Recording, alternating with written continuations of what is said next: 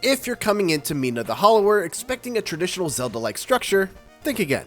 Sure, there is a recommended order of exploration, but once you're dropped in the starting town of Osix, you're basically free to go wherever you want, right from the start.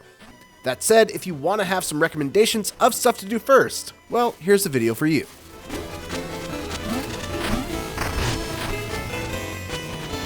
First off, let's get us some bones. One of the easiest rewards to get early on in Mina the Hollower are bone stones. These little gems are a valuable form of currency that persists even if you die. You'll generally find these in blue treasure chests, many of which will be in plain sight, but may require a bit of puzzle solving to figure out how to actually get them. Here are a handful that you shouldn't miss right from the start that can be gotten with relative ease. In the tutorial section when you're on your way to Osix, there are a handful of missable chests that you can collect. The first one is on the right side of this room with all the fences and gates. Simply burrow under the top gate once you jump over the gap.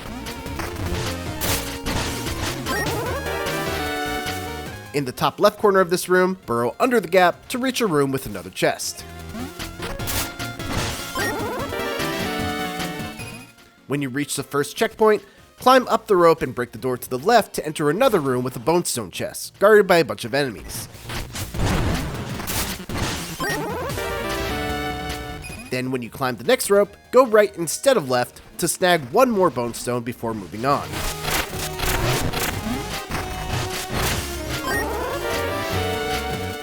There are a few more you can grab once you reach Osix that you don't want to miss early on. Grab the chest inside the couple's quarters by doing a burrow jump over the gap on the right side.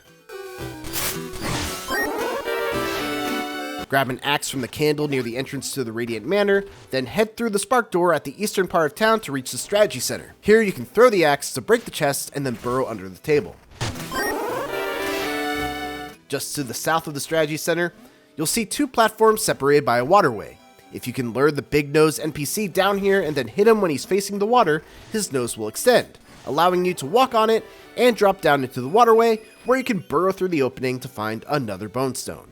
I could spend the whole video calling out more of these to find, but this should get you off to a good start. If you need more bones to afford any of the things I mentioned deeper into this video, a good farming spot is this area to the east of Osix on the way to the first dungeon, where enemies keep on jumping out of crypts. Just clear them out, return to the checkpoint one screen over to the left, and do it again.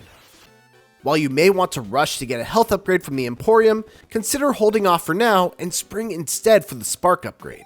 With 2 sparks, you can open the door to the left of the pawn shop, break the painting in the corner of the room, and then burrow under the wall to reach a bike. Having a bike this early on will be super handy for completing a few challenges that will net you a bonestone, including the one right next to where you found it.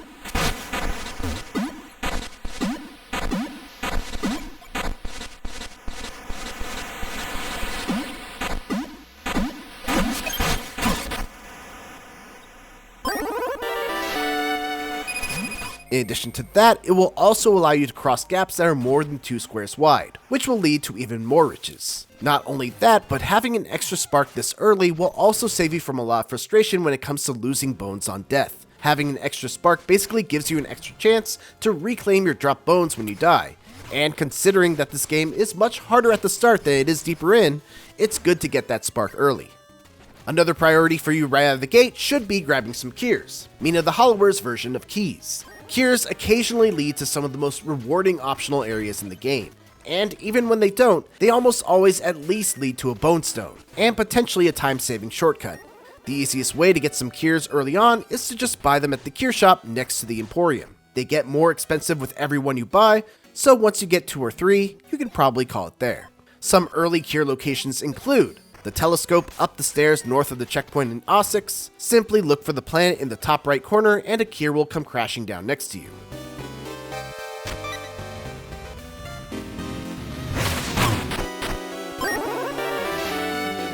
Another one can be found in the secret passage west of Osix that you reach by burrowing into the center of the puddle near the pig enemies. Just make sure that you have the bike that you hopefully unlocked after getting the second spark, as you'll need it to cross the gap inside the cave. The Hollower's Guild is one of the first buildings you'll see once you reach Osix, but its entrance will be blocked off. To open it, simply follow the building around to its right side, hop over the rock, break the crates, and work your way to the entrance. Inside you'll get a key, and you can talk to Muriel, who will send you southwards to chase after the hooligans that busted up the guild hall. If you head directly south from the main entrance to Ossix, you'll be able to use that key to open up the rebel barracks, and after you fight your way through, you'll find Reen, another Hollower that's been held captive. Escort her out, return to the Hollowers Guild, and the two will start cleaning up the hall, revealing another NPC, Drillheart. He will sell you a variety of upgrades for the Underlab, and while it's your choice what to spend your money on, I'd recommend grabbing the map for the low price of 500 bones. Between the newspapers, which always give you hints on where the next recommended dungeon is, and the map, you should never be totally lost on where you should go next. We're going to have a separate full video on all of the best early trinkets to get, but to get you started off on the right foot, make sure that you get these before you even hit the first dungeon. The Steady Souls will allow you to move without any sort of speed penalty on water, grass, stairs, and ice, while also resisting knockback, and are virtually a necessity when it comes to the dungeon in the bayou. You can get them by heading up the stairs to the left of the checkpoint near the eastern exit of Ossix. Head left once you reach the next screen to reach a balcony overseeing the courtyard. Burrow under the rightmost opening to reach the attic of the residence below. Jump over the blocks as you make your way to the left side, making sure to collect the treasure chest along the way for some bone stone, and once you exit through the stairs in the top left corner, you'll find your trinket.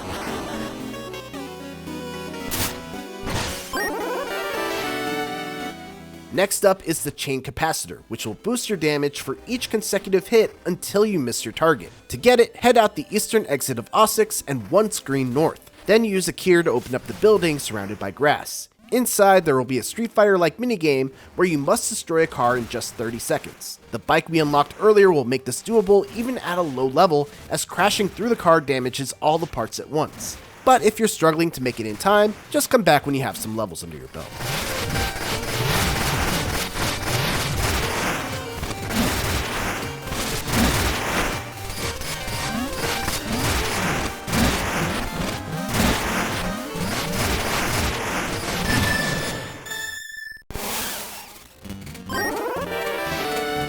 The primed vial pouch gives you 2 extra vials, and also makes it so that even if you don't hit enemies to collect plasma, you'll still be able to heal a small amount.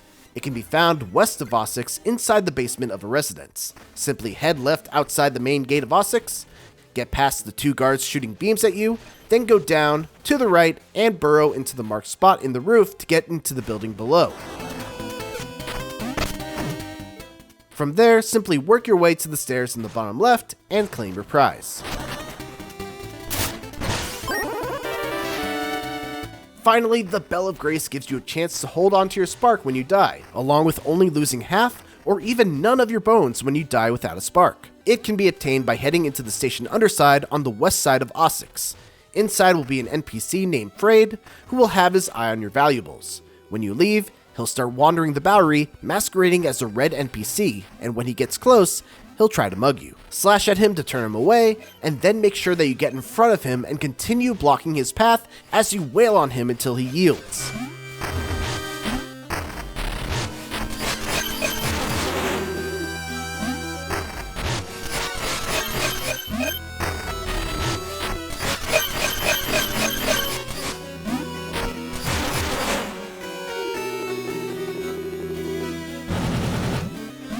Head back into the station underside and talk to his remains, which will ask for 1,000 bones in order to restore himself. I know it sounds wild to give 1,000 bones to a thief you nearly just beat to death, but do it and he will reward you with his trinket. Your next stop should be unlocking the trinket shop for even more useful trinkets. To do this, you must head west from the entrance of Ossix until you reach the Western Wilds. Note that the enemies here are pretty tough, so do your best to avoid them, and if it seems too tough, come back after you get some levels in you. Continue all the way north until you reach a region with a bunch of lava rivers. Continue to the left upon entering this area, and you'll notice these red explosive crates blocking your path. To get rid of these, you'll need to burrow and connect a line between the lava river and the block, which will essentially act like a fuse that will blow up the crate. You'll need to blow up the rocks blocking the staircase on the far left side, which will let you climb up the mountain to the north. Work your way to the right, enter the Molten Foundry, and come out of the exit on the right. From there, you can clear the rubble on the bridge to unlock a shortcut, and head left to fight your way through some tough enemies for another Bonestone gem. Where you actually want to go from here though is to the right to reach the upper level of the Bowery. Drop the nearby rope to make it easier to get here from the bottom level, and then continue along the path until you're able to head down to reach the trinket shop. If you have the bones, Plasma Funnel is a hugely beneficial trinket, as it doubles your very slow default vial drinking speed, along with making it so that you don't lose the vial if your heal gets interrupted. Another shop you'll want to make sure you find is Poppet's shop, which can be found by heading out the eastern exit of Ossix, then working your way south until you're able to turn right after jumping over these gaps.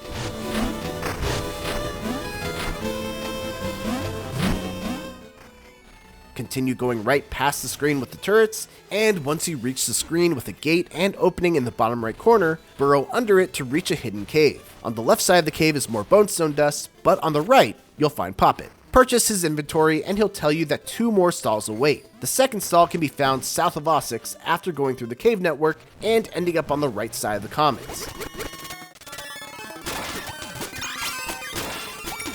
Burrow under this bounce flower and place it near the platform to the left. Bounce up to the level above, and you'll find a spot where you can burrow just under and to the right. The third Poppet shop is in the Molten Foundry, and we'll have a separate video up for that, as it's a bit of a later game side quest.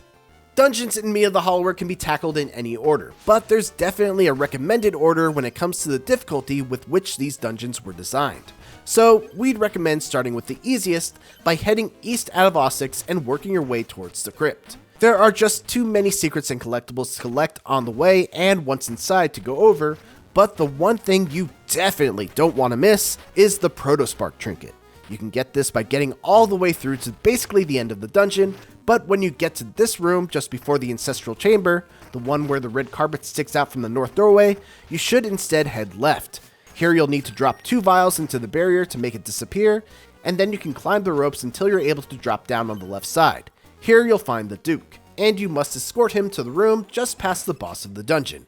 If you do, he'll open up a secret door, get into a coffin, and rest, but not before gifting you with the Protospark. This is an extremely useful trinket that essentially acts as an extra life, kicking in when you die and bringing you back to life with a bit of health. Just note that it only works once per death or rests at a checkpoint. And those are the things that we recommend doing first in Mina the Hollower. Thanks for watching, and for more Mina the Hollower, including things to do first, and a deeper look at some of the early trinkets you should get, keep it here on IGN.